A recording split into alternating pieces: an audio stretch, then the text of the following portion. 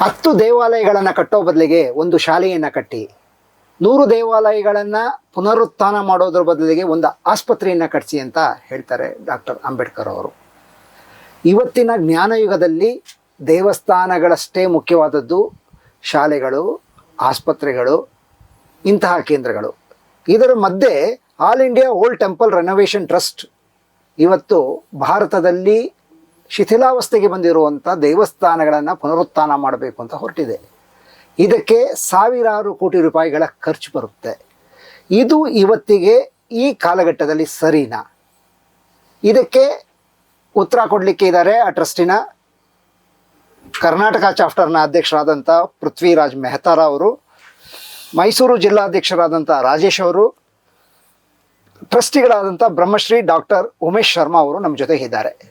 Sir, ನೀವು ಕೇಳ್ಪಟ್ಟಿದ್ದೀರಾ, 100 ದೇವಾಲಯಗಳನ್ನು ಕಟ್ಟ ಬದಲು ಒಂದು ಶಾಲೆಯನ್ನು ಕಟ್ಟಿ ಅಂತ ಅಂಬೇಡ್ಕರ್ ಕರೆ ಕೊಟ್ಟಿದ್ದರು. ಆದರೆ ಇವತ್ತು ನೀವು ಲಕ್ಷಾಂತರ ದೇವಸ್ಥಾನಗಳ ಪುನರುತ್ಥಾನ ಮಾಡಲಿಕ್ಕೆ ಹೊರಟಿದ್ದೀರಾ. ಇದು ಎಷ್ಟು ಸಮಂಜಸ ಸರ್? ಇದು 100ಕ್ಕೆ 100 ಸಮಂಜಸ ಅಂತ ಹೇಳಲಿಕ್ಕೆ ಇಷ್ಟಪಡ್ತೇನೆ. ಉದಾಹರಣೆನೂ ಕೊಡ್ತೇನೆ. ಒಂದು ಮಗು ಹುಟ್ಟಿ ಅದು ಅಂಬೆಗಾಲು ಇಟ್ಕೊಂಡು ಬೆಳೆಯುತ್ತೆ. ಬೆಳೆದ ನಂತರ ಅದು ಮಾತು ಚೆನ್ನಾಗಿ ಅಕ್ಷರಗಳ ಕಲಿಯಕ್ಕೆ ಮುಂಚೆ ಮೊದಲನೇ ಅಕ್ಷರ ಕಲಿಯೋದು ಅಮ್ಮ ಅಪ್ಪ ಅಂತ. ABCD ಅಂತ ಹೇಳಿ ಝೆಡ್ವರೆಗೂ ಏನು ಹೇಳೋದಿಲ್ಲ, ಅಮ್ಮ ಅಪ್ಪ ಅಂತ ಹೇಳುತ್ತೆ. ಅದಾದ ನಂತರನೇ ಅದೇ ಅಮ್ಮ ಅಪ್ಪ ಇಡೀ ನಮ್ಮ ಭಾರತ ದೇಶದಲ್ಲಿ, ಇಡೀ ವಿಶ್ವದಲ್ಲಿ ಆ ಅಮ್ಮ ಅಪ್ಪ ತೋರಿಸೋದು ದೇವ್ರನ್ನ. ಶಾಲೆಗಳು ನಂತರ ಆ ಅಮ್ಮ ಅಪ್ಪ ತೋರಿಸುವಂತಹ ದೇವರು ಆ ಗರ್ಭಗುಡಿಯಲ್ಲಿ ಒಂದು ಕೇಂದ್ರೀಕೃತವಾಗಿ ದಿವ್ಯ ಮಂಗಳ ವಿಗ್ರಹವಾಗಿ ಮನುಷ್ಯನಿಗೆ ಮನೋನಿಗ್ರಹವನ್ನ ಕೊಡುತ್ತೆ. ತಾವು ಕೇಳಿದ್ರೆ ಶಾಲೆಗಳು 10 ದೇವಾಲಯಗಳಿಗಿಂತ ಶಾಲೆಗಳು ಮುಖ್ಯ ಅಂತ ಹೇಳಿ, 100 ದೇವಾಲಯಗಳಿಗಿಂತ ಆಸ್ಪತ್ರೆ ಮುಖ್ಯ ಅಂತ ಹೇಳಿ. ಇದೇ ನಮ್ಮ ದೇಶದಲ್ಲಿ 100 ದೇವಾಲಯಗಳು ಇಲ್ದಿದ್ರೆ ಇಡೀ ದೇಶದಲ್ಲಿ ಹುಚ್ಚ ಆಸ್ಪತ್ರೆಗಳು ಜಾಸ್ತಿ ಇರ್ತಿತ್ತು. ದೇವಸ್ಥಾನ ಇರೋದಕ್ಕೋಸ್ಕರ ಮನುಷ್ಯನಿಗೆ ಒಂದು ತನ್ನ ನೋವನ್ನ ಜನಗಳಿಗೆ ಹೇಳ್ಕೊಂಡ್ರೆ ಆ ನೋವನ್ನೇ ದುರುಪಯೋಗ ಮಾಡ್ಕೊಳ್ಳುವಂತ ಜನಗಳು ಇರ್ತಾರೆ ಅಂತೇಳಿ ಅನುಭವ ಇರುವಂತ ಎಲ್ಲ ಜನಗಳು ಅದನ್ನ ಹೇಳ್ತಾರೆ. ಅದೇ ದೇವ್ರ ಹತ್ರ ಹೇಳ್ಕೊಂಡಾಗ ಅವ್ರ ಮನಸ್ಸಿಗೆ ತುಂಬಾ ಸಮಾಧಾನ ಆಗುತ್ತೆ. ನಂತರ ಅವನ ಮನಸ್ಸಿಗೆನೆ ಅಲ್ಲಿ ದೇವ್ರು ಹೇಳೋದನ್ನ ಕೇಳಿಸ್ಕೊಳ್ಳುವಂತಹ ತಾಳ್ಮೆ ಇರಬೇಕು. ದೇವ್ರು ಅಂತಂದ್ರೆ ಪ್ರಕೃತಿ ಅಂತ ಹೇಳಿ. ಆ ಗರ್ಭಗುಡಿಯಲ್ಲಿರುವಂತಹ ದಿವ್ಯ ಮಂಗಳ ವಿಗ್ರಹ ಪ್ರಕೃತಿಯ ಒಂದು ಭಾಗ, ಪೃಥ್ವಿ ತತ್ವ ವಿಗ್ರಹ. ಒಳಗಡೆ ಇರುವಂತಹ ಗರ್ಭಗುಡಿಯಲ್ಲಿರುವಂತಹ ದೀಪಗಳು ಅಗ್ನಿ ತತ್ವ. ಒಳಗಡೆ ಸ್ವಾಮಿಗೆ ಅಭಿಷೇಕ ಮಾಡುವಂತಹ ಗಂಗಾ ಜಲ ಆಗ್ಬೋದು, ಹಾಲು ಮೊಸರು ಇವೆಲ್ಲ ಆಗ್ಬೋದು, ಇದೆಲ್ಲ ಜಲತತ್ವ. ಮತ್ತೆ ಒಳಗಡೆ ನಾವು ಧೂಪವನ್ನ ಹಾಕಿದ್ರೆ ಅಲ್ಲಿ ಒಳಗಡೆಯಿಂದ ಈಚೆಗೆ ಬರುತ್ತೆ, ಅದು ವಾಯು ತತ್ವ. ಮತ್ತೆ ಸ್ಪೇಸು, ಅಲ್ಲಿಂದ ಒಳಗಡೆಯಿಂದ ಆ ಮಂತ್ರಗಳನ್ನ ಹೇಳಿದಾಗ ಅಥವಾ ಒಳಗಡೆಯಿಂದ ಘಂಟಾನಾದ ಮಾಡಿದಾಗ ಆ ಘಂಟಾನಾದದಿಂದ ಒಳಗಡೆ ಬರುವಂತಹ ಮಂತ್ರದಿಂದ ಈಚೆ ಕಡೆ ಇರುವಂತಹ ಆ ಮನುಷ್ಯನಿಗೆ, ಯಾರು ಕೂತು ದೇವರ ಮುಂದೆ ನೋಡ್ತಿರ್ತಾನೋ ಅವನಿಗೆ ಮನಸ್ಸಿಗೆ ಬಹಳ ನೆಮ್ಮದಿ ಸಿಗುತ್ತೆ. ಯಾಕೆ ಈ ದೇವಾಲಯಗಳನ್ನ ಮಾಡಿದೆ ಅಂತಂದ್ರೆ ಪ್ರಾಚೀನ ವಿಜ್ಞಾನ ಈ ದೇವಾಲಯಗಳಲ್ಲಿ ಬಹಳ ಇದೆ. ನೀವು ಆಚೆ ಕಡೆ ಬಹಳ ಯೋಚನೆಗಳು, ಚಿಂತೆಗಳು, ಎಲ್ಲ ಸಮಸ್ಯೆಗಳಿಂದ ಕೂಡಿರ್ತೀರಿ. ದೇವಸ್ಥಾನದ ಒಳಗಡೆ ಹೋಗಕ್ಕೆ ಮುಂಚೆ ದ್ವಾರದಲ್ಲೇ ಕಾಲು ತೊಳ್ಕೊಳ್ಳೋಕೆ ನೀರಿನ ವ್ಯವಸ್ಥೆ ಮಾಡಿರ್ತಾರೆ. ಕಾಲು ತೊಳ್ಕೊಂಡ ತಕ್ಷಣ ಮನುಷ್ಯನಿಗೆ ಶಾಂತತೆ ಸಿಗುತ್ತೆ.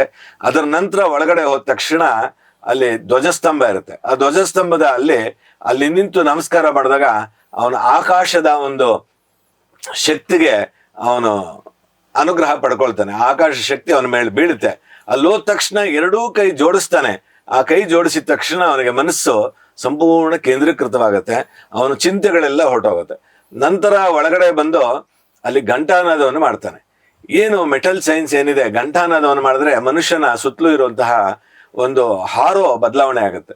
ನೆಗೆಟಿವ್ ಆಲೋಚನೆಗಳು ಸಂಪೂರ್ಣವಾಗಿ ಧನಾತ್ಮಕವಾಗಿ ಆಲೋಚನೆಗಳು ಬರುತ್ತೆ. ಅದರ ನಂತರ ಅವನಲ್ಲಿರುವಂತಹ ಹರಿಷಡ್ ವರ್ಗಗಳು ದೂರವಾಗ್ಬಿಡುತ್ತೆ. ಜಗತ್ತಿನಲ್ಲಿ ಒಂದು ದಿವ್ಯ ಶಕ್ತಿ ಇದೆ, ಆ ಶಕ್ತಿಗೆ ನಾನು ನಮಸ್ಕರಿಸಿದ್ರೆ ಆ ಶಕ್ತಿಯ ಮುಖಾಂತರ ನನಗೆ ಪ್ರೇರಣೆ ಸಿಗುತ್ತೆ ಅಂತ ಹೇಳಿ ಅವನಿಗೆ ಅರ್ಥ ಆಗದಿದ್ರೂ ಕೂಡ ಬಹಳ ಮುಗ್ಧನಾಗಿ ಅವನು ಭಗವಂತನಲ್ಲಿ ಬೇಡ್ಕೊಂಡಾಗ ಭಗವಂತ ಅವನ ಜೊತೆಗೆ ಸ್ಪಂದಿಸ್ತಾನೆ.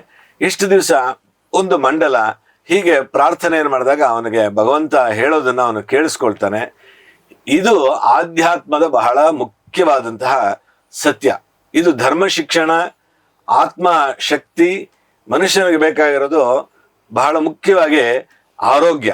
ದೈಹಿಕವಾಗಿ ಆರೋಗ್ಯ, ಮಾನಸಿಕವಾಗಿ ಆರೋಗ್ಯ, ಜೀವಕ್ಕೆ ಸಂಬಂಧಪಟ್ಟಾಗ ಆರೋಗ್ಯ. ದೇವಸ್ಥಾನಗಳೇ ಇಲ್ಲದೆ ಇದ್ರೆ ಇಡೀ ನಮ್ಮ ದೇಶದಲ್ಲಿ ಎಲ್ಲ ಹುಚ್ಚಾಸ್ಪತ್ರೆಗಳಾಗ್ಬಿಡ್ತಿತ್ತು. ಇದನ್ನ ನಮ್ಮ ದೇಶದ ಮಹಾಕವಿಗಳೆಲ್ಲ ಹೇಳಿದ್ದಾರೆ. ದೇವಸ್ಥಾನ ಅಂತಂದ್ರೆ ಪ್ರಕೃತಿಯ ಒಂದು ಕೇಂದ್ರ. ಪ್ರಕೃತಿಯಲ್ಲಿ ಎಲ್ಲಾ ಕಡೆ ಇರುವಂತಹ ಶಕ್ತಿಯನ್ನ ಒಂದು ಕಡೆ ಕೇಂದ್ರೀಕೃತವಾಗಿ ದೇವಾಲಯ ಮಾಡಿ, ಆ ಈಚೆ ಧ್ವಜಸ್ತಂಭದಿಂದ ಹಿಡಿದು ಗರ್ಭಗುಡಿಯವರೆಗೂ ಅದರದೇ ಆದಂತಹ ರೀತಿಯಾದಂತಹ ವಾಸ್ತುಶಿಲ್ಪ ಇರುತ್ತೆ. ಹೀಗಿಲ್ದಿದ್ರೆ ನಮ್ಮ ದೇಶದಲ್ಲಿ ಎಂತಹ ಮಹಾಶಿಲ್ಪಿಗಳು ದೇವಾಲಯವನ್ನ ಯಾಕೆ ಕಟ್ತಾ ಇದ್ರು? ಶಿಲ್ಪಿಗಳು ಆಗ್ಲೇ ಆಸ್ಪತ್ರೆಗಳನ್ನ ಎಲ್ಲ ಕಡೆ ಕಟ್ಬಿಡ್ತಿದ್ರು. ಆಸ್ಪತ್ರೆಗಳು ಎಷ್ಟು ಮುಖ್ಯನೋ ಅದಕ್ಕಿಂತ 100ರಷ್ಟು ದೇವಾಲಯ ಮುಖ್ಯ. ಶಾಲೆಗಳು ಖಂಡಿತವಾಗ್ಲೂ ಆಗ್ಲೂ ಶಾಲೆ ಇತ್ತು, ಗುರುಕುಲಗಳು ಇತ್ತು. ಈಗಿನ ಶಾಲೆ ಹೇಗಿದೆ ಅಂತಂದ್ರೆ ಮೆಕಾಲೆ ಏನು ಸಿಸ್ಟಮ್ ವಿದ್ಯಾಭ್ಯಾಸ ಇದೆ, ಈ ವಿದ್ಯಾಭ್ಯಾಸದಿಂದ ತುಂಬಾ ವಿದ್ಯಾವಂತರೇ ಮೆಡಿಕಲ್ ಆಗಿ ಒಳ್ಳೆ ವಿದ್ಯೆಯನ್ನ ಕಲ್ತ್ಕೊಂಡು ಬಾಂಬ್ ತಯಾರು ಮಾಡಿ ಮನುಷ್ಯರ ಸಾವಿಗೆ ಕಾರಣ ಆಗ್ತಾ ಇದ್ದಾರೆ.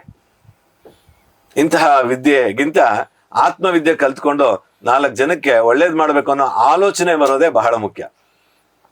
ಪ್ರಕೃತಿಯ ಮಧ್ಯೆ ಆ ಒಂದು ವಾತಾವರಣದಿಂದ ಆ ಮನುಷ್ಯನಿಗೆ ಆ ಆಲೋಚನೆಗಳು, ಅಲ್ಲಿನ ಪ್ರಕೃತಿಯ ಮಧ್ಯೆ ಬರುವಂತಹ ಆಲೋಚನೆಗಳು ಅವನಿಗೆ ಬಹಳ ಉನ್ನತವಾದಂತಹ ಮಟ್ಟಕ್ಕೆ ಕರ್ಕೊಂಡು ಹೋಗುತ್ತೆ, ಉನ್ನತವಾದಂತಹ ಆಲೋಚನೆಗಳು ಬರುತ್ತೆ. ಅದಕ್ಕಾಗಿ ದೇವಾಲಯಗಳ ಪ್ರಾಮುಖ್ಯತೆ ಮನುಷ್ಯನಿಗೆ ಬಹಳ ಮುಖ್ಯ. ಈ ದೇವಾಲಯಗಳು ಯಾಕೆ ಒಂದೊಂದು ಗ್ರಾಮದಲ್ಲಿ ಒಂದೊಂದು ದೇವಾಲಯ ಯಾಕೆ ಹಿಂದೆ ಕಟ್ತಾ ಇದ್ರು ಅಂತಂದ್ರೆ, ಅದು ಆಧ್ಯಾತ್ಮಿಕವಾಗಿ ಮನುಷ್ಯನ ಆತ್ಮಕ್ಕೆ ಸಂಬಂಧ ಇರ್ತಿತ್ತು, ಮನುಷ್ಯನ ಭಾವನೆಗಳಿಗೆ ಸಂಬಂಧ ಇರ್ತಿತ್ತು. ಅದ್ರ ಜೊತೆಗೆ ಅಲ್ಲಿ ಒಂದು ಸಂಪೂರ್ಣವಾಗಿ ಅಲ್ಲಿ ದೇವರನ್ನು ನಂಬ್ಕೊಂಡಂತವ್ರಿಗೆ ಹೂ ಮಾರ್ಲಿಕ್ಕೆ ಅವಕಾಶ ಇರ್ತಿತ್ತು, ಕಾಯಿ ಮಾರ್ಲಿಕ್ಕೆ ಅವಕಾಶ ಇರ್ತಿತ್ತು. ಅಲ್ಲಿ ಎಲ್ಲಾ ರೀತಿಯಲ್ಲೂ ಸೇವೆಗಳು ಮಾಡ್ತಾ ಇದ್ರು. ಹಿಂದಿನ ಕಾಲದಿಂದ ದೇವಾಲಯಗಳು ನೋಡ್ಕೊಂಡ್ಬಂದ್ರೆ ಅಲ್ಲಿ ಅನ್ನದಾಸೋಹ ನಡೀತಿತ್ತು. ಅಲ್ಲಿನ ಸ್ವಲ್ಪ ಸಮೀಪದಲ್ಲಿ ಜ್ಞಾನವನ್ನು ಪಡ್ಕೊಂಡಂತವ್ರು ಅಲ್ಲಿ ಬಂದಂತಹ ಭಕ್ತರಿಗೆ ಜ್ಞಾನವನ್ನು ಕೊಡ್ತಾ ಇದ್ರು. ದೇವ್ರು ಅಂದ್ರೆ ಏನೋ, ಆಧ್ಯಾತ್ಮ ಅಂದ್ರೆ ಏನೋ, ಧರ್ಮ ಅಂತಂದ್ರೆ ಏನೋ, ದೇವರ ಸ್ವರೂಪ ಅಂತಂದ್ರೆ ಏನೋ. ಈಗೆಲ್ಲ ಬರೀ ಪೂಜೆ ಮಾತ್ರ ದೇವಾಲಯಗಳ ಸೀಮಿತ ಆಗಿಲ್ಲ. ಇಡೀ ನಮ್ಮ ದೇಶದಲ್ಲಿ ಯಾಕಂದ್ರೆ ರಾಜರು ಎಷ್ಟು ಜ್ಞಾನವಂತರಿದಾರಲ್ವಾ, ಆ ರಾಜರಿಗೆ ಅಷ್ಟು ಜ್ಞಾನ ಇದ್ದಿದ್ರಿಂದಾನೇ ಅವರು ರಾಜನೀತಿಯನ್ನ ಪಡ್ಕೊಳ್ತಾ ಇದ್ರು, ರಾಜಯೋಗದ ಶಿಕ್ಷಣವನ್ನು ಪಡ್ಕೊಳ್ತಾ ಇದ್ರು, ನಂತರ ರಾಜ ಧರ್ಮವನ್ನು ಪಾಲಿಸ್ತಿದ್ರು. ಅದರ ಜೊತೆಗೆ ಆ ರಾಜ್ಯಕ್ಕೆ ಬೇಕಾದಂತಹ ಎಲ್ಲ ರೀತಿಯಾದಂತಹ ಸಂಪನ್ಮೂಲಗಳನ್ನ ಕ್ರೋಢೀಕರಿಸ್ತಿದ್ರು. ರಾಜರ ದಡ್ರ ಮೆಕಾಲೆ ಸಿಸ್ಟಮ್ ಬಂದಿದ್ದು ನಮ್ಗೆ ಈಗ ಬಂದಿದೆ. ಮೆಕಾಲೆ ಸಿಸ್ಟಮ್ ನಂತರ ನಮಗೆ ಬ್ರಿಟಿಷರು ನಮ್ಮ ದೇಶಕ್ಕೆ ಬಂದ್ಮೇಲೆ ಮೆಕಾಲೆ ಸಿಸ್ಟಮ್ ಬಂತು, ಆ ವಿದ್ಯಾಭ್ಯಾಸ ಎಲ್ಲ ಬಂತು. ನಾನು ಹೇಳೋದು ಬಹಳ ಮುಖ್ಯವಾಗಿ, ಆಧುನಿಕ ವಿಜ್ಞಾನನೂ ಬೇಕು, ಪ್ರಾಚೀನ ವಿಜ್ಞಾನನೂ, ಆಧುನಿಕ ವಿಜ್ಞಾನದ ಜೊತೆಗೆ ಪ್ರಾಚೀನ ವಿಜ್ಞಾನನೂ ಬೇಕು. ಅದಕ್ಕಾಗಿ ದೇವಾಲಯದ ಮಹತ್ವ ಇನ್ನು ಬಹಳ ಹೇಳೋದಿದೆ. ನೀವೇನ್ ಪ್ರಶ್ನೆ ಕೇಳಿದ್ರು ಅದಕ್ಕೂ ಸರ್, ಶಿಕ್ಷಣ, ಆರೋಗ್ಯ ಅಷ್ಟೇ, ಧಾರ್ಮಿಕ ಆರೋಗ್ಯ ಕೂಡ ಮುಖ್ಯ ಅನ್ನೋದು ನಾನು ಒಪ್ಕೊಳ್ತೇನೆ. ಆದರೆ ಯಾವುದಕ್ಕೆ ಎಷ್ಟು ಆದ್ಯತೆ ಕೊಡಬೇಕು? ಇವತ್ತು ಎಷ್ಟೋ ಏಕೋಪಾಧ್ಯಾಯ ಶಾಲೆಗಳಿದ್ದಾವೆ, ಎಷ್ಟೋ ಶಾಲೆಗಳು ಶಿಥಿಲಾವಸ್ಥೆಗೆ ಮುಟ್ಟಿದ್ದಾವೆ, ಎಷ್ಟೋ ಆಸ್ಪತ್ರೆಗಳು ಹಾಳು ಕೊಂಪೆಗಳಾಗಿದ್ದಾವೆ. ಇಂತಹ ಸಂದರ್ಭದಲ್ಲಿ ಶಿಕ್ಷಣ ಮತ್ತು ಆರೋಗ್ಯಕ್ಕೆ ಒತ್ತು ಕೊಡೋದಕ್ಕಿಂತ ಹೆಚ್ಚಿಗೆ ದೇವಸ್ಥಾನಕ್ಕೆ ಒತ್ತು ಕೊಡೋದು ಎಷ್ಟು ಸಮಂಜಸ? ಶಿಕ್ಷಣ ಮತ್ತೆ ಆಸ್ಪತ್ರೆಗಳು ಇದು ಸಂಪೂರ್ಣವಾಗಿ ಸರ್ಕಾರಗಳು ನಿರ್ವಹಿಸ್ತಾ ಇರುತ್ತೆ. ಅದನ್ನು ಕೆಲವು ಸಂಘ ಸಂಸ್ಥೆಗಳು ಅದರ ಜವಾಬ್ದಾರಿಯಿಂದ ತಗೊಂಡಿದ್ದಾರೆ. ನಮ್ಮ ಸಂಸ್ಥೆ ನಾವು ಈ ಜವಾಬ್ದಾರಿ ತಗೊಂಡಿದ್ದೀವಿ. ಎಲ್ಲಾ ಸಂಸ್ಥೆ ಎಲ್ಲಾ ಜವಾಬ್ದಾರಿಗಳನ್ನು ತಗೊಳಕ್ಕಾಗೋದಿಲ್ಲ. ನಮ್ಮ ಶಕ್ತಿ, ನಮ್ಮ ಒಂದು ಪರಿಮಿತಿ, ಇವನ್ನೆಲ್ಲ ನಾವು ಅರ್ಥ ಮಾಡ್ಕೊಂಡು ನಮ್ಮ ಜವಾಬ್ದಾರಿ ಹೀಗೆ. ಇನ್ನೊಂದು ಸಂಘಟನೆ ಇರುತ್ತೆ, ಅವರು ದೇವಸ್ಥಾನಗಳನ್ನ ಅಭಿವೃದ್ಧಿ ಮಾಡೋ ವಿಷಯದಲ್ಲಿ ನಮ್ಮ ಕೈಲಿ ಜೋಡಿಸ್ತಾರೆ. ಇನ್ನೊಂದು ಸಂಘಟನೆ ಇರುತ್ತೆ, ಅವರು ಆಸ್ಪತ್ರೆಗಳ ಅಭಿವೃದ್ಧಿ ವಿಷಯಕ್ಕೆ ಜೋಡಿಸ್ಕೊಳ್ತಾರೆ. ಅದರಲ್ಲೂ ಪಶು ಚಿಕಿತ್ಸೆ ಆಸ್ಪತ್ರೆ ಬೇರೆ ಇರುತ್ತೆ, ಮಾನವ ಚಿಕಿತ್ಸೆ ಬೇರೆ ಇರುತ್ತೆ. ಇನ್ನು ಕೆಲವು ಸಂಘಟನೆ ಇರ್ತಾರೆ, ಅವ್ರು ಶಾಲೆಗಳನ್ನು ಮಾಡ್ತಾರೆ. ಅದಕ್ಕಾಗಿ ಎಲ್ಲರಿಗೂ ಯಾವ್ಯಾವ ಒಂದು ಗುರಿ ಇರುತ್ತೋ ಆ ಗುರಿಯನ್ನು ಅವ್ರವ್ರು ಮಾಡ್ಕೊಂಡು ಹೋಗ್ತಾರೆ. ದೇಶದಲ್ಲಿ ಇವೆಲ್ಲರೂ ಮುಖ್ಯನೇ, ಶಿಕ್ಷಣನೂ ಮುಖ್ಯನೇ, ಆಸ್ಪತ್ರೆಗಳೂ ಮುಖ್ಯನೇ. ಅದಕ್ಕಿಂತ ಹೆಚ್ಚಾಗಿ ದೇವಾಲಯಗಳು ಬಹಳ ಮುಖ್ಯ ಅಂತೇಳಿ ನಾನು ಹೇಳಲಿಕ್ಕೆ ಇಷ್ಟಪಡ್ತೀನಿ. ಸರ್, ಈಗ ಕರ್ನಾಟಕ ಚಾಪ್ಟರ್ನ ಅಧ್ಯಕ್ಷರಾದಂಥ ಪೃಥ್ವಿರಾಜ್ ಮೆಹ್ತಾ ಅವ್ರಿಗೊಂದು ಪ್ರಶ್ನೆ. ನಾನು ಕೇಳ್ತಾ ಇರೋದು ಏನಂದರೆ, ನಿಮ್ಮ ಜೈನ ಪಂಥದವರು ಆಚಾರ್ಯ ತುಳಸಿ ಅಂತ ಒಂದು ಅದ್ಭುತವಾದಂಥ ಒಂದು ಬ್ರಂಚ್ ಕೊಟ್ಟಿದ್ದೀರಾ, ಬಸ್ ಸ್ಟ್ಯಾಂಡ್ಗಳಲ್ಲಿ ಅರವಂಟಿಕೆಗಳನ್ನು ಇಟ್ಟಿದ್ದೀರಾ. ಇವೆಲ್ಲ ಮಾನವನಿಗೆ ನೇರವಾಗಿ ಸಹಾಯ ಮಾಡುವಂಥ ಸೇವೆಗಳು. ಕಾಣುವಂಥ ದೇವರುಗಳೇ ಮನುಷ್ಯರು. ಮಾನವ ಸೇವೆ ಮಾಡೋದ್ರಲ್ಲಿ ನೀವು ಮುಂಚೂಣಿನಲ್ಲಿದ್ದೀರಾ. ಅದು ಬೆಂಗಳೂರು ನಗರದಲ್ಲಿ ನಮಗೆಲ್ಲ ಕಡೆ ಕಾಣಿಸುತ್ತೆ. ಆಚಾರ್ಯ ತುಳಸಿನಲ್ಲಿ ಕೊಡುವಂಥ ಅರ್ಧ ಬೆಲೆಗಿಂತ ಕಡಿಮೆ ಚಿಕಿತ್ಸೆ, ಇನ್ವೆಸ್ಟಿಗೇಷನ್ಸು, ಬಸ್ ಸ್ಟ್ಯಾಂಡ್ಗಳಲ್ಲಿ ಅಲ್ಲಿ ಇಟ್ಟಿರುವಂಥ ನೀರಿನ ಅರವಂಟಿಕೆಗಳು, ಮತ್ತು ನೀವು ಮಾಡ್ತಾ ಇರುವಂಥ ಕೆಲವು ಬಸದಿಗಳ ಜೀರ್ಣೋದ್ಧಾರ ಎಲ್ಲವೂ, ಅದಕ್ಕಿಂತ ಇದು ಮುಖ್ಯ ಅಂತ ನಿಮ್ಗೆ ಹೆಂಗೆ ಅನ್ಸುತ್ತೆ sir? You see, we have got a Sanskriti, old Sanskriti, in the sense cultural Sanskriti. How you got that Sanskriti, do you know? Yes, tell me sir. That is what I want to explain you. Because of our these monuments, these our temples, and this that what you say, प्याऊ जो भी आप सेवा का जो साधन है, that is what how you got it. It is because the one temple when it come into existence, then we get 10 types of facilities for the Sanskriti. 10 types. Can you explain us sir? You see, सबसे पहले धर्मालय, वाचनालय, पुस्तकालय, चिकित्सालय, then this is your school को क्या बोलते हैं, विद्यालय, university. All these things, when a temple has come and it is preserved by the Sanskriti only. So that you see what they have given that old peoples to us. You see, lot of temples you have heard. From Puri temple you have heard. And why we go and bow? You say this education, what is told, Mekale. Macaulay system. That doesn't say that you bow. Of course. Why? Why we should bow? Why should we bow means you should have exercise with your body, meditation. And that comes when there is a temple, when there is this one. And when the temple is not in a good condition, you see, it is our basic duty that we should get it renovated. There are several, you see, in your life you would have made 2 temples or you could not make. Even you tried best.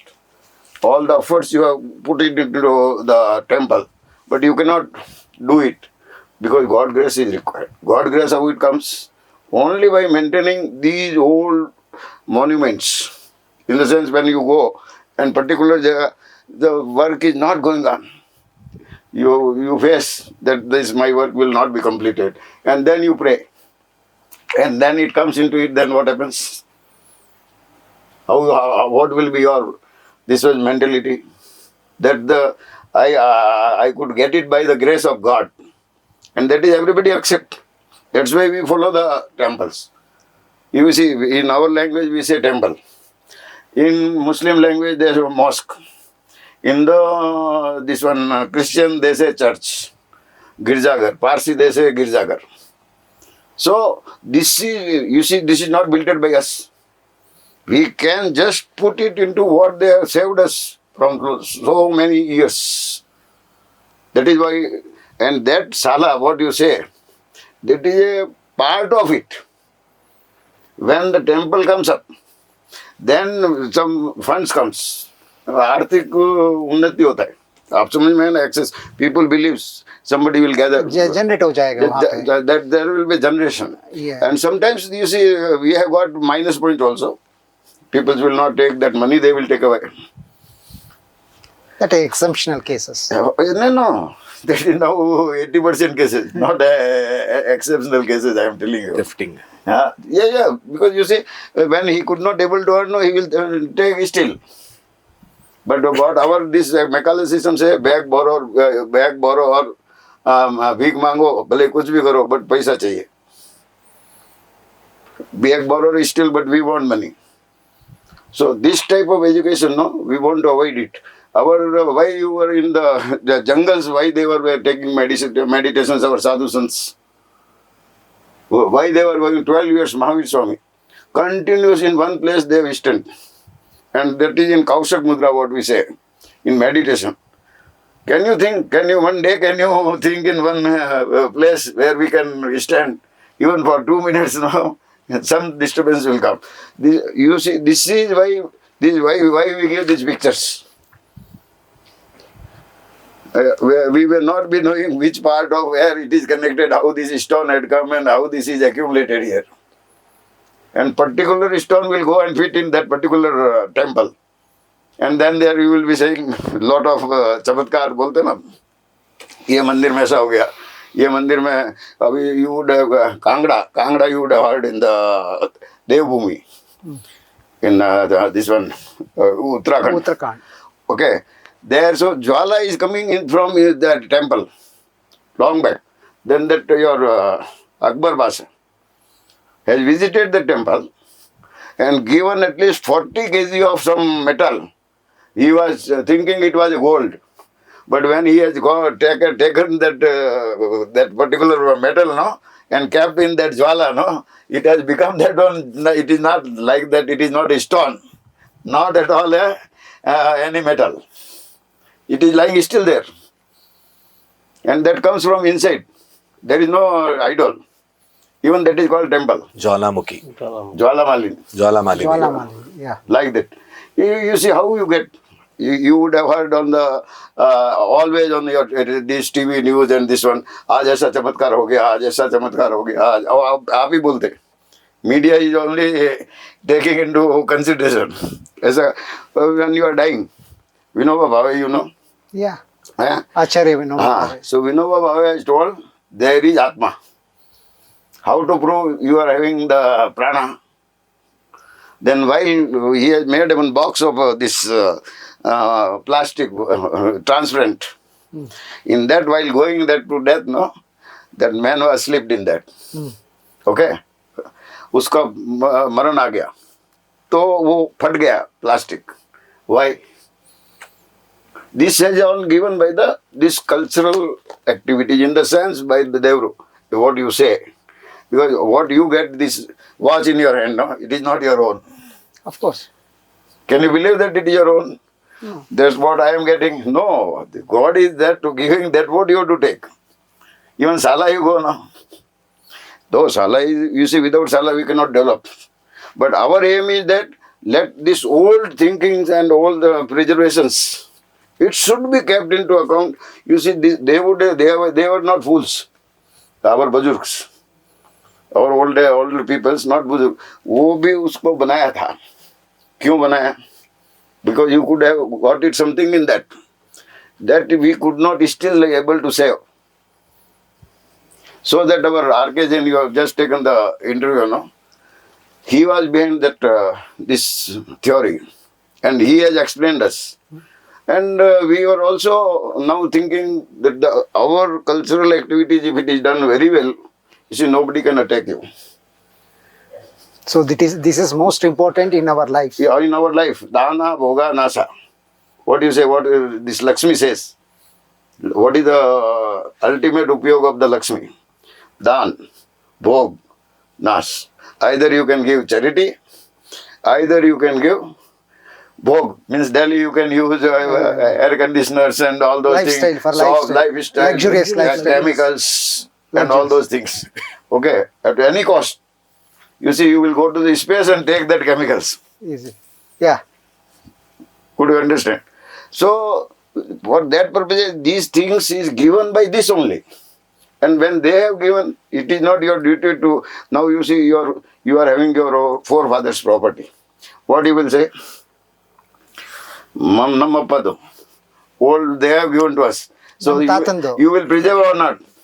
Yeah, of course. Huh? I should. One must. I must. Yeah. That is my views. So we are not saying that Sala should not be there. You see, Sala is only also one of the best requirement of this world now. Without knowledge, and now coming this digital now, where if now you see you have to take this studio. Earlier there was no studio. Even they were having that knowledge. They were having that our Gautam Swami, if you heard. So sun rises, no? Sun, सूर्य का किरण होता है ना, उसको पकड़ के ऊपर चढ़े. अब समझ में आया ना? Can you catch the sun, this kiran? Raise. And can you go up? He has done that. He has proved it. That type of mental exercise with them. Now, Palitana, if you would have heard in our Jainism, there one powder was there, which they were taking on the legs, and then they were flying. How we got it? Because of this culture which has given this education to us. So that is also Sala. What I mean to say is, where you learn some, you see, in the Sanskrit we say Chaussat Vidya, 64 Vidyas. Vidya's Vidyas are there. Can you count it? Can you know at least 5 names? Which Vidya? So that has gone by this. So this is nothing to be connected with Sala. Sala is only a part of it. Okay, ಈಗ ನನ್ನ ಮುಂದಿನ ಪ್ರಶ್ನೆ. ನಾನು ಇದರಲ್ಲಿ ಒಂದೇ ಒಂದು ನಿಮಿಷ ಹೇಳಿ. ಹೇಳಲಿಕ್ಕೆ ಆಡ್ ಮಾಡ್ತೀನಿ. ಹೇಳಿ ಉಮೇಶ್. ತಾವಾಗ್ಲೇ ಕೇಳಿದ್ರಿ ಪರಮ ಪೂಜ್ಯ ಅಂಬೇಡ್ಕರ್ ಜಿ ಅವರು ಶಿಕ್ಷಣಕ್ಕೆ ಬಹಳ ಮಹತ್ವ ಕೊಟ್ಟರು. ದೇವಸ್ಥಾನದ ಒಂದು ಅವಶ್ಯಕತೆ ಏನಿದೆ, ಶಿಕ್ಷಣ ಬಹಳ ಮುಖ್ಯ, ಆಸ್ಪತ್ರೆ ಬಹಳ ಮುಖ್ಯ ಅಂತೇಳಿ. ಪರಮ ಪೂಜ್ಯ ಅಂಬೇಡ್ಕರ್ ಜಿಯವರ ಮಾತನ್ನೇ ನಾನು ಬಹಳ ಸತ್ಯ ಅಂತೇಳಿ ನಂಬ್ತೀನಿ. ಅವರು ರಾಷ್ಟ್ರಕ್ಕೆ ಬಹಳ ತುಂಬ ವಿದ್ಯಾವಂತರವರು. ಅವರಷ್ಟು ವಿದ್ಯೆಯನ್ನ, ಅವರಷ್ಟು PhD ಮಾಡಿದ್ದವ್ರು ಯಾರು ಇಲ್ಲ ಅಂತ ಹೇಳಿ ನಾನು ಅಂತೇಳಿ ಭಾವಿಸಿದ್ದೀನಿ. ಅವರು ಕೂಡ ಸತ್ಯ ಕೂಡ ಅವರು ಕೂಡ ಇಷ್ಟೆಲ್ಲ ವಿದ್ಯೆಯನ್ನ ಗಳಿಸಿದ ಮೇಲೆ ಆಧ್ಯಾತ್ಮದ ಸತ್ಯ ತಿಳ್ಕೋಬೇಕು ಅಂತ ಹೇಳಿ ಅವ್ರಿಗೆ ಒಂದ್ ಕಡೆ ಹೃದಯ ಮಿಡಿತಾ ಇತ್ತು. ಅದಕ್ಕಾಗಿ ನಮ್ಮ ಪರಮ ಪೂಜ್ಯ ಗುರುಗಳಾದ ಸಾಗರ ಮತ್ತೆ ಸಿದ್ದಾಪುರ ಅಂತ ಇದೆ, ಸಾಗರ ಸಿದ್ದಾಪುರ, ಅಲ್ಲಿ ಶ್ರೀಧರ ಗುಡ್ಡ ಇದೆ. ಅಲ್ಲಿ ಶ್ರೀಧರ ಸ್ವಾಮಿಗಳ ಬಳಿ ಹೋಗಿ ಅವರು ತಮ್ಮ ಆಧ್ಯಾತ್ಮದ ಒಂದು ಸತ್ಯವನ್ನ ಅರಿಬೇಕು, ನಾನು ದೇವರ ಸತ್ಯವನ್ನ ಅರಿಬೇಕು ಅಂತ ಹೇಳಿ ಹೋಗಿ ಅವರಲ್ಲಿ ಒಂದು ನಮಸ್ಕಾರ ಮಾಡಿ ಕೇಳ್ಕೊಂಡಾಗ ಅವರಿಗೆ ಪೂಜ್ಯ ಅಂಬೇಡ್ಕರ್ ಜಿ ಅವರಿಗೆ ನಮ್ಮ ಶ್ರೀಧರ ಗುರುಗಳು ಅವರು ಅವಧೂತರು, ಅವರು ಅವ್ರ ತಲೆ ಮೇಲೆ ಕೈ ಇಟ್ಟು, ಪರಮ ಪೂಜ್ಯ ನಮ್ಮ ಅಂಬೇಡ್ಕರ್ ಜಿ ಅವರ ಮೇಲೆ ತಲೆ ಮೇಲೆ ಕೈ ಇಟ್ಟು ಆಶೀರ್ವಾದ ಮಾಡಿ ದೇವ್ರನ್ನ ತೋರಿಸ್ತೀನಿ ಅಂತ ಹೇಳಿ ದೇವ್ರನ್ನ ತೋರಿಸಿದ್ರು. ಅದರದ್ದು ಚಿತ್ರ ನನ್ನ ಮೊಬೈಲಲ್ಲಿದೆ, ನಿಮಗೆ ಕಳಿಸ್ತೀನಿ, ನೀವು ಇಡೀ ರಾಜ್ಯಕ್ಕೆ ರಾಷ್ಟ್ರಕ್ಕೆ ತೋರಿಸ್ಬೋದು. ಸರಿ, ಈಗ ಏನಿದೆ ಅಂದ್ರೆ ಈಗಾಗಲೇ You know milk? Yeah, of course. Yes. Each and everybody knows. Everybody knows. There is a ghee in that? Yes. Or the Milk. butter Yes, is ghee is there? the byproduct of milk. No, but can you, in milk, can you identify? No. No, because by this, Sala is given to us, no, education is given to us, that this we should be done like this and this should be. ಸಂಸ್ಕಾರ ಮಾಡಿದ ಮೇಲೆ ಅದು ತುಪ್ಪ ಆಗತ್ತೆ. ಅದ್ರ ಒಳಗಡೆ ತುಪ್ಪ ಇರುತ್ತೆ. ಹಾಗೆ ಒಬ್ಬ ಮನುಷ್ಯನಲ್ಲಿ ಎಷ್ಟೇ ಆಧುನಿಕ ವಿಜ್ಞಾನ ಇದ್ರೂ ಕೂಡ ಅವನಿಗೆ ಆತ್ಮವಿಜ್ಞಾನ, ಪ್ರಾಚೀನ ವಿಜ್ಞಾನ ಬೇಕಾಗತ್ತೆ ಅಂತ ಹೇಳಿ ಇವರು ಹೇಳ್ತಾರೆ. ಸೊ ನೀವಿಡೋದು ದೇವಸ್ಥಾನಗಳು ಶಕ್ತಿ ಕೇಂದ್ರಗಳಾಗ್ತವೆ, ಮಾನಸಿಕ ನೆಮ್ಮದಿಯನ್ನ ಕೊಡ್ತವೆ. ಹೌದು, ಮನಸ್ಸಿಗೆ ಬಹಳ ನೆಮ್ಮದಿ ಕೊಡುತ್ತೆ. ಅವನು ತನ್ನ ಅರಿವು ಏನು, ನಾನು ಯಾರು ಅಂತೇಳಿ ತಿಳ್ಕೊಳ್ಳೋದಕ್ಕೆ ಬಹಳ ಮುಖ್ಯವಾಗಿ ದೇವಸ್ಥಾನಗಳಿದೆ.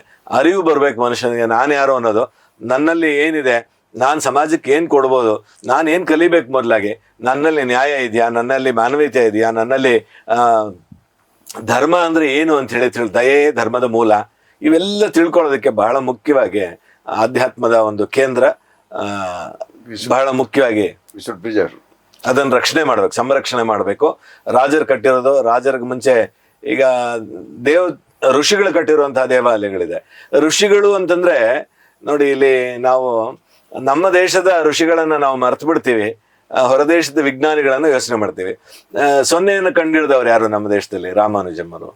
ಮತ್ತೆ ಈಗಿನ ಏನು ವಿದೇಶದ ಏನು ವಿಜ್ಞಾನದಲ್ಲಿ ಆಸ್ಪತ್ರೆ ಇದೆ, ಅದನ್ನು ನಮ್ಮ ದೇಶದಲ್ಲಿ ಋಷಿಗಳು ಚರಕ ಮಹರ್ಷಿ, ಏನು ಈಗ ಧನ್ವಂತರಿ ಇವೆಲ್ಲ ಇದೆ. ಬಹಳ ಮುಖ್ಯವಾಗಿ IVF-ಗೆ ನಾನು ಹೇಳ್ತೀನಿ, ಎಷ್ಟೋ ಜನ ಸಂತಾನ ಇಲ್ಲದೆ ಬಹಳ ಕಷ್ಟಪಡ್ತಿದ್ದಾರೆ. ಇದಕ್ಕೆ ಪಿಪ್ಪಲಾದಿ ಮಹರ್ಷಿ ಅಂತ ಹೇಳಿ ಅವ್ರ ಗರ್ಭೋಪನಿಷತ್ತನ್ನ ಅಧ್ಯಯನ ಮಾಡಿ, ಉಪನಿಷತ್ತಿದೆ, ಆ ಉಪನಿಷತ್ತನ್ನ ಅಧ್ಯಯನ ಮಾಡಿ ಅವರು ಅದ್ಭುತವಾಗಿ ಅದನ್ನ ಈ ಇಡೀ ನಮ್ಮ ಜಗತ್ತಿಗೆ ಕೊಟ್ರು. ನಂತರ ನಮ್ಮ ಏನೇನು ಋಷಿಮುನಿಗಳಿದ್ದಾರೆ, ಪತಂಜಲಿ ಮಹರ್ಷಿಗಳು, ಇವರೆಲ್ಲರೂ ಕೂಡ ದಿವ್ಯ ದೃಷ್ಟಿಯಿಂದ, ಈಗೇನೋ ನಮಗೆ ಸ್ಯಾಟಲೈಟ್ ಇದೆ, ಮತ್ತೆ ಸ್ಕೋಪ್ ಇದೆ, ಮತ್ತೆ ಚಾನಲ್ ಇದೆ, ಇದಿದೆ ಇಡೀ ಜಗತ್ತಲ್ಲಿ, ಮತ್ತೆ ಕೈಲಿ ಈಗ ಮೊಬೈಲ್ ಇದೆ, ಇಡೀ ಜಗತ್ತು ನೋಡ್ತಿರ್ತೀವಿ. ಆಗ ಅವರ ದಿವ್ಯ ದೃಷ್ಟಿಯಿಂದಾನೆ ಕೂತು ಏನು ಜಗತ್ತಿನಲ್ಲಿ ಏನಾಗ್ತಿದೆ ಅಂತ ಹೇಳಿ ದೇವರಲ್ಲಿ ಪ್ರಾರ್ಥನೆ ಮಾಡಿ ಆ ದೇವರು ಕೊಟ್ಟಂತಹ ಒಂದು ವಿಷಯವನ್ನ, ಆ ಮಾತನ್ನ, ದೇವರ ವಾಣಿಯನ್ನ, ದೇವರ ವಚನವನ್ನ ಅವ್ರು ಕೇಳಿಸ್ಕೊಂಡು ಅದನ್ನ ಗ್ರಂಥಗಳಲ್ಲಿ ಬರೆದಿಟ್ರು. ನಿಮ್ಮ ಪ್ರಕಾರ ಜ್ಞಾನದ ಮೂಲ ಇಷ್ಟೆಲ್ಲ ವಿಜ್ಞಾನಿಗಳು, ಜ್ಞಾನಿಗಳು, ವಿದ್ವಾಂಸರ ಜ್ಞಾನ ಮೂಲ ದೇವಸ್ಥಾನ, ದೇವರು ಅಂತ ಹೇಳ್ತೀರಾ. ಹಾಗಾಗಿ ಅಂತ ದೇವರುಗಳನ್ನ ಮತ್ತೆ ದೇವಾಲಯಗಳನ್ನ ಸಂರಕ್ಷಿಸಬೇಕಾಗಿದ್ದು ನಮ್ಮೆಲ್ಲರ ಹೊಣೆ. ಆ ಹೊಣೆಯನ್ನ ನೀವು ನಿರ್ವಹಿಸ್ತಾ ಇದ್ದೀರಾ ಅಂತ ನೀವು ಹೇಳಕೊಟ್ಟಿದ್ದೀರಿ. ಈಗ one direct example I'll give you. If I lose this ring here, okay, then that time suppose you are not getting, what you do? I will feel my self. No, not feel. You will remember the God. ಇದು ದೇವರು ಕೊಟ್ಬಿಡಿ, ನಾನು ಪೂಜೆ ಮಾಡ್ತೀನಿ, ನಾರಿಯಲ್ಲಿ ಹಾಕ್ತೀನಿ. ಅದರಲ್ಲೊಂದಷ್ಟು ಪಾಲ್ ಕೊಡ್ತೀನಿ. Y? Okay, ಈಗ ನಾನು ರಾಜೇಶ್ ಅವ್ರಿಗೊಂದು ಪ್ರಶ್ನೆ ಕೇಳಕ್ಕೆ ಇಷ್ಟಪಡ್ತೇನೆ. ಹೇಳಿ ಸರ್. ಮೈಸೂರು ದೇವಾಲಯಗಳ ಊರು. ಹೌದು. ಮೈಸೂರು ಇರ್ಬೋದು, ಮೈಸೂರು ಸುತ್ತಮುತ್ತ ಇರ್ಬೋದು, ನಿಮ್ಮಲ್ಲೇ ಇರೋದು ಮೈಸೂರು ಜಿಲ್ಲೆಯಲ್ಲಿ ಇರುವಂಥ ತಲಕಾಡು ಕೂಡ ಅಷ್ಟೇ ಪುರಾತನ ದೇವಸ್ಥಾನಗಳಿದ್ದಂಥ ಒಂದು ಊರು ತಲಕಾಡು. ಹೌದು. ಹೀಗಾಗಿ ಮೈಸೂರಲ್ಲೇ ಏನಾದರೂ ಪುನರುತ್ಥಾನ ಮಾಡೋಕ್ಕೆ ಅವಕಾಶಗಳಿದಾವ? ಸರ್, ಮೈಸೂರಿನಲ್ಲಿ ನಾನು ಈಗ ಆಸ್ ಎ ಚೇರ್ಮನ್ ಇದಾದ ಮೇಲಿಂದ ನೋಡ್ತಾ ಹುಡುಕ್ತಾ ಹೋದಾಗ ತುಂಬ ಪುರಾತನಗಳದ್ದು ತುಂಬ ಹಿಸ್ಟರಿ ಮೈಸೂರಿನಲ್ಲಿ ಇರೋದ್ರಿಂದ ತುಂಬ ದೇವಸ್ಥಾನಗಳು ಪಾಳ್ಶಿಥಿಲವಾಗಿರುವಂಥದ್ದು ನಾವು ನೋಡ್ತಾ ಇದ್ದೀವಿ. ಅದನ್ನ ನಾನು ಇಲ್ಲಿ ಒಂದು ಯಾವುದೇ ದೇವ್ರ ಶಕ್ತಿ ಇಲ್ಲದೆ ಏನೂ ಆಗೋದಿಲ್ಲ ಅನ್ನೋದಕ್ಕೆ ಇದೊಂದು ಎಕ್ಸಾಂಪಲ್ ಹೇಳ್ಕೊಂಡು ಬರ್ತೀನಿ. ನಾವು ನಮ್ಮದೇ ವ್ಯವಹಾರಗಳಲ್ಲಿ ನಮ್ಮದೇ ಒಂದು ಕಾಲ ಜೀವನದಲ್ಲಿ ಹೋಗ್ತಾ ಇರ್ತೀವಿ. ಇದೊಂದು ಅವಕಾಶ ಬಂದಿದ ಮೇಲೆ ನಾನು ಹುಡುಕ್ತಾ ಹೋದ್ಮೇಲೆ, ನಾನು ಈ ಜಾಸ್ತಿ ಏನಿಲ್ಲ, ನಾವು ಒಂದು 6 months ನಾವು ಬೆಂಗಳೂರಿನಲ್ಲಿ ಇದು ಈ ಟ್ರಸ್ಟ್ ಕಟ್ಟಿರೋದು, ಹಾಗೆ ಮೈಸೂರಿನಲ್ಲೂ ಇದ್ರ ಬಗ್ಗೆ ವರ್ಕ್ ಮಾಡ್ತಿರೋದು. ನಾವು ರೆಗ್ಯುಲರ್ ನಾವು ಹೋಗೋವಂಥ ದೇವಸ್ಥಾನಗಳು ಹೋಗ್ತೀವಿ, ಬರ್ತೀವಿ, ಇದು ಮಾಡ್ತೀವಿ. ಇದಕ್ಕೆ ಅಂತ ಇಳಿದಾಗ ನಾನು ಹೆಚ್ಚು ಕಮ್ಮಿ ಮೈಸೂರು ತುಂಬ ಸುತ್ತಿದ್ದೀನಿ 4-6 ತಿಂಗಳಿಂದ. ಪುರಾತನಗಳನ್ನು ಇಟ್ಸ್ ಹಬ್ ಆಫ್ ಟೆಂಪಲ್ಸ್ ಅಂತ ಮೈಸೂರು. ಹೌದೌದು, ಅದೇ ಕಾರಣ ಕೇಳ್ತಾ ಇರೋದು. ಅದು ಮುಂಚೆ ಈಗ ನಮ್ಮ ಸರ್ಕಾರಗಳು ಮಾಡಬೇಕಿತ್ತೋ ಇಲ್ಲ ಬೇರೆ ಸಂಸ್ಥೆಗಳು ಮಾಡಬೇಕಿತ್ತೋ, ಯಾಕೆ ಇಷ್ಟು ದಿನ ಯಾಕೆ ಮಾಡಿಲ್ವಾ, ಯಾರು ಮಾಡ್ತಾ ಇಲ್ವಾ ಅನ್ನೋದು ಒಂದು. ನಾವು ಆಸ್ ಅ ಸೆಕೆಂಡರಿ ಜನರೇಷನ್ ಅಲ್ಲಿ ನಾವು ನಮ್ಮ ತಂದೆ ಪುರಾತನಗಳು, ಈಗ ನಮ್ಮ ಒಂದು ಎಕ್ಸಾಂಪಲ್ ಕೊಡಕ್ ಬಂದ್ರೆ, ನಾನು ಜರ್ಜಿ ಸಮಾಜಕ್ಕೆ ಸೇರ್ತೇನೆ, ಭಾವಸಾರ ಕ್ಷತ್ರಿಯ ಸಮಾಜಕ್ಕೆ ಸೇರ್ತೇನೆ. ಪಾಂಡುರಂಗ ಸ್ವಾಮಿ ದೇವಸ್ಥಾನ ಅನ್ನೋದು ನಮ್ಮ ಒಂದು ಜನಾಂಗದ್ದು ದೇವಸ್ಥಾನ. ಇದರಲ್ಲಿ ಈ ತರ 118 ವರ್ಷ ಈಗ ನಂದ ನೋಡ್ಕೊಂಡು ಬಂದಿದ್ದೀನಿ. ಅವಾಗಿಂದ ಹೇಗಿದೆಯೋ ಹಾಗೆ ಇದೆ ಹೊರತು ಅದನ್ನ ಉದ್ಧಾರ ಮಾಡಕ್ಕೆ ರೆಗ್ಯುಲರ್ ದೇವಸ್ಥಾನ ಪೂಜೆ ಪುನಸ್ಕಾರ ಅಂತ ನಡ್ಕೊಂಡು ಹೋಗ್ತಾ ಇದೆ ಹೊರತು ಅದಕ್ಕೆ ಜೀರ್ಣೋದ್ಧಾರ ಮಾಡಕ್ಕೆ ಒಂದು ಟೆಂಪಲ್ ಹೊಸದಾಗಿ ಕಟ್ಟಕ್ಕೋ ಏನಂತೂ ಮಾಡಕ್ಕೆ ಆಗಿಲ್ಲ ಜನಕ್ಕೆ. ಇದೇ ತರ ನಾವು ನಮ್ಮ ಒಡೆಯರ್ಜಿ ಅವರು ನಮಗೊಂದು ಬಿಳಿಕೆರೆ ಟೆಂಪಲ್ನಲ್ಲಿ ಈಗ ಫಸ್ಟ್ ಆದ್ಯತೆ ಕೊಟ್ಟಿದ್ದಾರೆ. ಅವ್ರು ನಾವು ಮೀಟ್ ಮಾಡಿದಾಗ, ನಮ್ಮ ಮೈಸೂರಿಂದ 23 ಕಿಲೋಮೀಟರ್ ಇದೆ ಟುವರ್ಡ್ಸ್ ಹುಣಸೂರು ಬಿಳಿಕೆರೆ ಅಂತ, ಅಲ್ಲಿ ಒಂದು ಟೆಂಪಲ್ ಕೊಟ್ಟಿದ್ದಾರೆ, ಲಕ್ಷ್ಮೀಕಾಂತ್ ಟೆಂಪಲ್.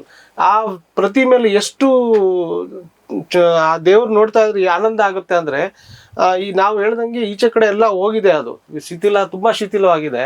ಒಳಗಡೆ ಹೋಗಿ ಆ ಗರ್ಭಗುಡಿ ಹತ್ರದಿಂದ ನಿಂತು ನೋಡ್ತಾ ಇರೋ ಏನೋ ಒಂದು ಎನರ್ಜಿ, ಆ ಸ್ಫೂರ್ತಿ, ಆ ಎನರ್ಜಿ ನಮಗೆ, ನಾವು ಯಾವ್ಯಾವ್ದೋ ನಮ್ಮ ಕೆಲಸಗಳಿದ್ದಲ್ಲ, ದೇವ್ರು ಏನೋ ಒಂದು ಅವಕಾಶ ಈ ಕೆಲಸ ಮಾಡಕ್ ಕೊಟ್ಟಿದೆ.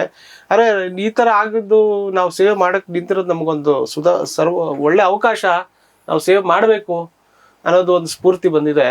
ಮತ್ತೆ ಇದೇ ತರ ಹಲವಾರು ದೇವಸ್ಥಾನ, ಫಾರ್ ಎಕ್ಸಾಂಪಲ್ ಈಗ ಚಾಮರಾಜನಗರದಲ್ಲಿ ಒಂದು 200 years ಒಂದು ದೇವಸ್ಥಾನ, ತೊಣ್ಣೂರು ಕೆರೆ ಎಲ್ಲಿ ನಮ್ಮ ಪಾಂಡವಪುರ ತಾಲೂಕಿನಲ್ಲಿ 1000 ವರ್ಷದ ಲಕ್ಷ್ಮೀ ಸಾಗರ ದೇವಸ್ಥಾನ ಇದೆ. ಆ ಕಂಬಗಳು ಇದು ನೋಡ್ತಾ ಇದ್ರೆ ಇವತ್ತೂ ಪ್ರಿಸರ್ವ್ ಮಾಡಿದ್ದಾರೆ. ಅಂತದನ್ನ ಸಣ್ಣ ಪುಟ್ಟ ಕೆಲಸಗಳಿದೆ ಅಲ್ಲೂ ಮಾಡ್ಬೇಕು ಅಂತ. ಅಲ್ಲೇ ಮೇಲ್ಗಡೆ ನಮ್ಮ ಇನ್ನೂ ಒಂದು ಟೆಂಪಲ್ ನಲ್ಲಿ ತೊಣ್ಣೂರು ಕೆರೆ ಹತ್ರ, ಅದು ವಿಷ್ಣು ಟೆಂಪಲ್ನೇ, ಅದು ಹೆಚ್ಚು ಕಮ್ಮಿ 200-300 ವರ್ಷದ ಹಳೆಯ ದೇವಸ್ಥಾನ. ಅದೆಲ್ಲ ನಮ್ಮ ಕೈಗೆ ಈಗ ಪುನರ್ಚೇತನಕ್ಕೆ ಜೀರ್ಣೋದ್ಧಾರ ಮಾಡ್ಲಿಕ್ಕೆ ಬಂದಿದೆ.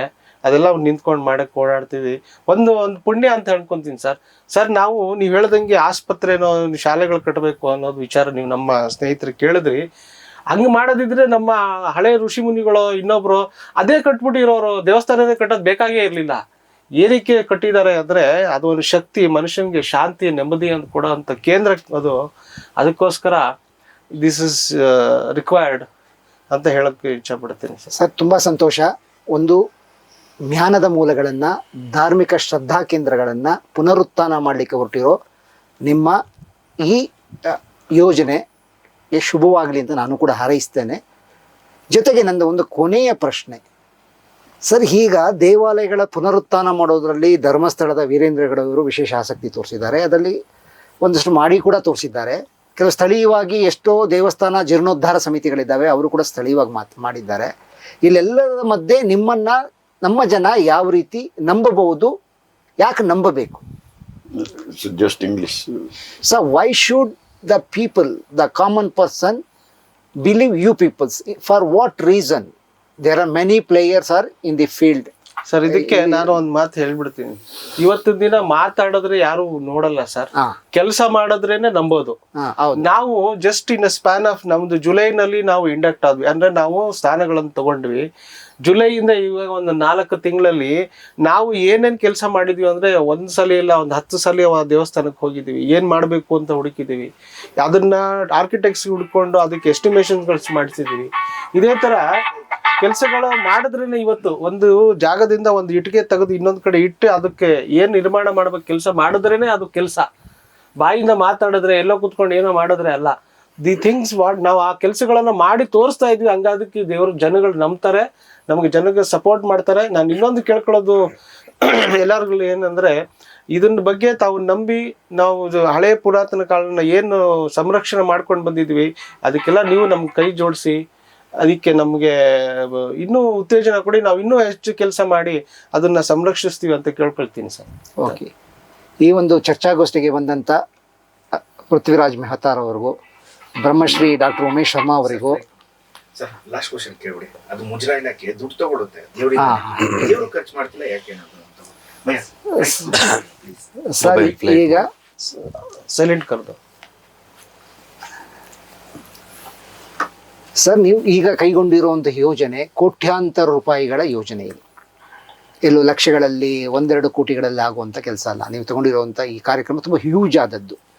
ಇವತ್ತು ಕುಕ್ಕೆ ಸುಬ್ರಹ್ಮಣ್ಯ, ಚಾಮುಂಡೇಶ್ವರಿ, ಇದು ಇಂಥ ಮುಜರಾಯಿ ಇಲಾಖೆಗಳಿಗೆ ಸೇರಿದಂಥ ದೇವಸ್ಥಾನಗಳಿಂದ ಕೋಟ್ಯಾಂತರ 100 ಕೋಟಿ ರೂಪಾಯಿ ಹಣ ಸರ್ಕಾರಕ್ಕೆ ಬರುತ್ತೆ, ರಾಜ್ಯ ಸರ್ಕಾರಕ್ಕೆ ಬರುತ್ತೆ. ರಾಜ್ಯ ಸರ್ಕಾರ ಹಾಗೆ ಬಂದಂಥ ಹಣವನ್ನು ಬೇರೆ ಬೇರೆ ಉದ್ದೇಶಗಳಿಗೆ ಖರ್ಚು ಮಾಡ್ತಾ ಇದೆ. ಅವರನ್ನೇ ಪ್ರೆಷರ್ ಹಾಕಿ ಯಾಕೆ ಈ ಪುನರುತ್ಥಾನ, ಹಳೆ ದೇವಾಲಯಗಳ ಪುನರುತ್ಥಾನಕ್ಕೆ ಒಂದು ಅಭಿಯಾನ, ಒಂದು ಕ್ಯಾಂಪೇನ್ ಯಾಕೆ ಶುರು ಮಾಡಬಾರ್ದು ನೀವು? That is what we have created our trust. This trust we have mainly created as per direction, and total 17. It should be a public campaign. Yes, 17 states, but our public know, you know well. You see, 60% is below poverty line. So you think about that 40%. So that is what we are saying. We are the breeze. Sir, this is the Silicon City of the world, Bangalore. Correct. Now we as a breeze we are going. You see, now we have contacted our TTD, Tirupati Tirumala Devasthanam. They have promised 50%. You give me 15 temples or 80 temples or whatever. Like that we are So you approaching. are talking about private organization. I am talking about government I organization. am coming to that point. So that is I am run by coming- our you see, I am also in the minority now. Okay, gents. So they have made such a laws, no? That is the Digambara, Sevata, Svetambra. First they are only recognizing Digambara, Svetambra. Yeah, like that I know. So what is that? What you state, no? That campaign is to be made. Then there should be some people who go behind that. Just like he stated, no? That we have to go daily and create that things to the. We have to give direction to the public that what we are going to do, why it is to be saved. That campaign we have to make. That's why we have created this trust. And we have to fight with the government. Just like now, what earlier I heard 30 crores of Karnataka government was the quota. But our peoples, no, Hindus, our this Jains, our this community, Parsis. Parsi, they are not utilized. They were not aware of that. Their trusts are not aware. There was no education, and that is not there. And that 26 crores out of that goes to some particular community. Oh, why should not you people is what- questioning that? That is what we ಅದನ್ನ are questioning ಮಾಡ್ಲಿಕ್ಕೋಸ್ಕರ now. ನಾವು ಈಗ ಈ Now we have ಸಂಸ್ಥೆ created ಕಟ್ಟಿದ್ದೀವಿ. this ಇದನ್ನ trust ಮಾಡಕ್ ಹೊರಟಿದ್ದೀವಿ and sir. we are You now. try to make a movement That is what movement. against the You see, now government policy. last 3 months we have even gone to Udupi. Yes. If you remember, Yeah. and we have that Udupi Krishna temple we have approached, and their forest. This is the line of forest. It is far from Udupi, at least 100 kilometers forest line. There we have gone, we have inspected that land, and we have gathered that all the village peoples, and they have requested. They have told we are there, we want funds. Okay, then we told that what you have to do is this: you write to government, you write to our temples, you write to our associations who is having this, and we should make them that this is, you have to get it reinvested in that. That is what, because somebody should be there. Some agency should be there. Now you have put BB News. Means why you have not put your name? Because there should be organization to fight with the government. It is not easy, you know well. Yeah. So that's why we are going to in that field now. 3 states we have covered. No, 3 districts. One Mysore district we have made them last 3 months. UP district we have made now. One Bangalore district we have approached, and like that every district we are going and getting trust created. Not here only. 10 state ನಲ್ಲಿ ನಾವು ನಮ್ಮ Not here. ಸಂಸ್ಥೆಗಳನ್ನು ಬೆಳೆಸಿದ್ದೀವಿ sir. All 17 states we have opened the branches. That is the our RK Jain now. That is Telangana what he would have stated. So now 17. Now we are going to 18 branch in Maharashtra. So very good. Okay, sir. So that is what that movement we want. I wish you all the success for Thank you, your sir. trust and your movement for the public sir, cause. ನೀವು ಕೇಳಿದ್ದು ಒಂದು ನೇರ ಪ್ರಶ್ನೆಗೆ ಅವ್ರಿಗಿಂತ ನಾನು ಒಂದು ಉತ್ತರ ಕೊಟ್ಬಿಡ್ತೀನಿ ಸರ್. ಯಾಕೆ ನೀವು ಸರ್ಕಾರದ ಜೊತೆ ಇದು ಮಾಡ್ತಿಲ್ಲ? ಸರ್ಕಾರಕ್ಕೆ ನಾವು ಏನು ಅಂತ ಫಸ್ಟ್ ಪ್ರೂವ್ ಮಾಡೋಕೆ ಹೊರಟಿದೀವಿ ಸರ್. ನಾವು 10 ಕೆಲಸ ಮಾಡಿ ನಾವು ಇಂಥದ್ದು ಮಾಡ್ತಿದೀವಿ, ನಿಮ್ ಕೈಲಿ ಆಗದೆ ಇರೋದು ನಾವು ಮಾಡ್ತಿದೀವಿ ಅಂತ ಹೇಳಿದಾಗ ನಾವು ಹೋಗಿ ಅವ್ರ ಹತ್ರ ಫೈಟ್ ಮಾಡ್ಬೋದು. ಅದಕ್ಕೋಸ್ಕರ ನಾವು first let us prove our self. ನಾವು ಪ್ರೂವ್ ಮಾಡಿ ಒಂದಷ್ಟು ಕೆಲಸಗಳು ಮಾಡಿ, ನಮ್ದು ದೇಹ ಇದೆ ಸರ್, ಒಂದು 108 ದೇವಸ್ಥಾನಗಳನ್ನು ನಾವು ಇಷ್ಟೇ ದಿನದಲ್ಲಿ ಮಾಡಬೇಕು ಅಂತ ಒಂದು ದೇಹ ಕಟ್ಟಿದ್ದೀವಿ. ಅದ್ರ ಪ್ರಕಾರ ಮಾಡ್ತೀವಿ. ನಮ್ಮ ಪೂರಾ ಸ್ಟೇಟ್ ಬಾಡಿ, ನ್ಯಾಷನಲ್ ಬಾಡಿ, ನಾವು ಜಿಲ್ಲಾ ಎಲ್ಲ ಕೇಂದ್ರಗಳಿಂದ ಆ ಕೆಲಸ ಮಾಡಿ ಆ ಸರ್ಕಾರಕ್ಕೆ ನಾವು ಮಾಡ್ತಿರೋದೇ ಹೆಚ್ಚಿರೋದ್ರಿಂದ ನಾವು ಕೈ ಜೋಡಿಸ್ಬೇಕಂತ ಆವಾಗ ಅವ್ರ ಹತ್ರ ಹೋಗಿ ಕೇಳಿ ನಮ್ಗೆ ಒಂದು ಕೇಳಕ್ಕೆ ಒಂದು ಧೈರ್ಯ ಮತ್ತೆ ಒಂದು ಏನೋ ಒಂದು ಉತ್ತೇಜನ ಇರುತ್ತೆ ಅನ್ನೋದು ನಮ್ಮ ಅನಿಸಿಕೆ ಸರ್. ನೋಡಿದ್ರಲ್ಲ ವೀಕ್ಷಕರೇ, ದೇವಸ್ಥಾನದ ಪ್ರಾಮುಖ್ಯತೆ ಏನು ಅನ್ನೋದನ್ನು ತುಂಬ ವಿಸ್ತಾರವಾಗಿ ಡಾಕ್ಟರ್ ಉಮೇಶ್ ಶರ್ಮಾ ಅವರು ವಿವರಿಸಿದ್ದಾರೆ. ನಮಗೆ ಶಾಲೆಯೂ ಮುಖ್ಯ, ಆಸ್ಪತ್ರೆಯೂ ಮುಖ್ಯ. ದೈಹಿಕ ಆರೋಗ್ಯಕ್ಕೆ ಆಸ್ಪತ್ರೆ ಮುಖ್ಯ ಆಯಿತು ಅಂದರೆ ಮಾನಸಿಕ ಆರೋಗ್ಯಕ್ಕೆ ದೇವಸ್ಥಾನ ಮುಖ್ಯ ಅಂತ ಹೇಳ್ತಿದ್ದಾರೆ. ಅದೇ ರೀತಿ ಆಧುನಿಕ ಶಿಕ್ಷಣಕ್ಕೆ ಎಷ್ಟು ಮಹತ್ವ ಕೊಡಬೇಕೋ ಹಾಗೆ ನಮ್ಮ ಧಾರ್ಮಿಕ ಶಿಕ್ಷಣಕ್ಕೂ ಕೂಡ ಕೊಡಬೇಕು ಅಂತ ಅವ್ರು ಹೇಳ್ತಾ ಇದ್ದಾರೆ. ಇದು ಮನುಷ್ಯನ ಉನ್ನತಿಗೆ ದಾರಿ ದೀಪ ಮತ್ತು ದೇವಸ್ಥಾನಗಳು ಆ ಪಾಸಿಟಿವ್ ಎನರ್ಜಿಯ ಕೇಂದ್ರಗಳು. ಹೀಗಾಗಿ ಹಿರಿಯರು ಕೊಟ್ಟಂಥ ದೇವಸ್ಥಾನಗಳನ್ನು ನಾವು ಕಾಪಾಡಿಕೊಳ್ಳಬೇಕಾದ್ದು ನಮ್ಮ ಆದ್ಯ ಕರ್ತವ್ಯ ಅಂತ ಹೇಳ್ತಾ ಇದ್ದಾರೆ. ಇವರ ಈ ಪ್ರಯತ್ನಕ್ಕೆ ಶುಭವಾಗಲಿ ಅಂತ ನಾನು ಹಾರೈಸ್ತಾ ಇವತ್ತಿನ ಈ ಕಾರ್ಯಕ್ರಮವನ್ನು ಮುಕ್ತಾಯಗೊಳಿಸ್ತಾ ಇದ್ದೀನಿ. Thank you, sir. ಧನ್ಯವಾದಗಳು. ನಮಸ್ಕಾರ.